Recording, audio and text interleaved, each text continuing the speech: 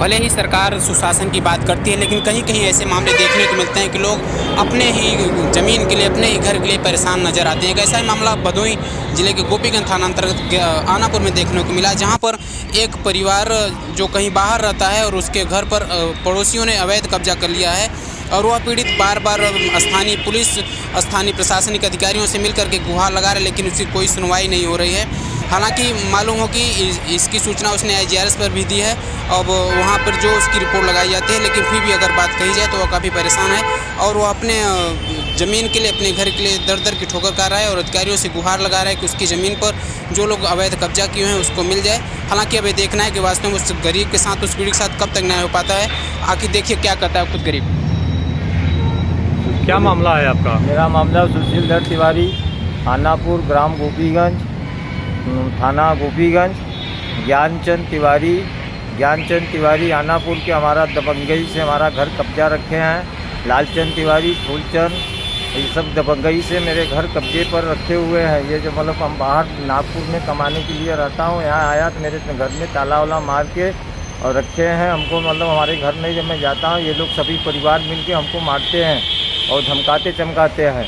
और जहाँ आओ तो ये बोलते हैं कि तुम्हारे नहीं है, ये तुम्हारा मतलब यहाँ है ही नहीं कुछ। और मैं बाहर पर मतलब कमाता हूँ नागपुर में, यहाँ आता हूँ थाना और ये जिला अधिकारी मतलब प्रशासक के पास जाता हूँ, गुहार लगाता हूँ, कोई सुनने खाली नहीं है यहाँ पे। मैं चक्कर मारते मारते मतलब 11/5 को यहाँ कंप्लेन किया और मतलब यूपी सरकार में कोई सुनने खाली नहीं है। कंप्लेन दिया मतलब लखनऊ में, अभी तक के कोई सुनवाई नहीं हो रही अभी तक।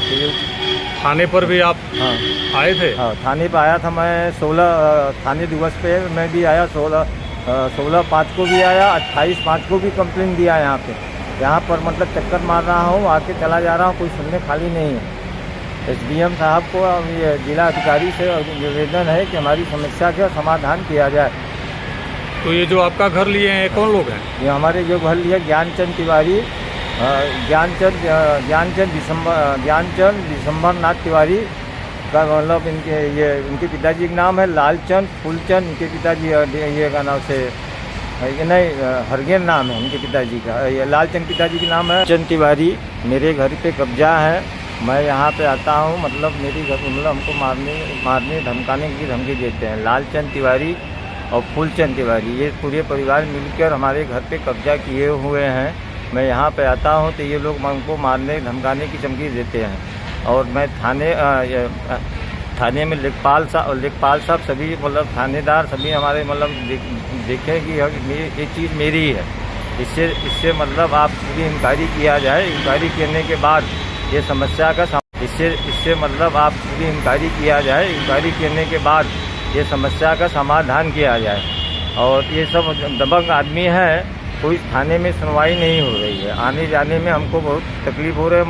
11/5 से यहाँ से मतलब कंप्लेन किया हूँ, अभी तक सुनवाई नहीं हो रही है। तो थाने में आपकी कोई सुनवाई नहीं है? थाने में कोई सुनवाई नहीं हो रही है। लेखपाल वगैरह सब जानते हैं, पूरे गांव वाले भी जानते हैं कि ये चीज़ इनकी है। इस चीज़ की समाधान किया जाए। सुशील धर तिवारी, आनापुर, थाना गोपीगंज।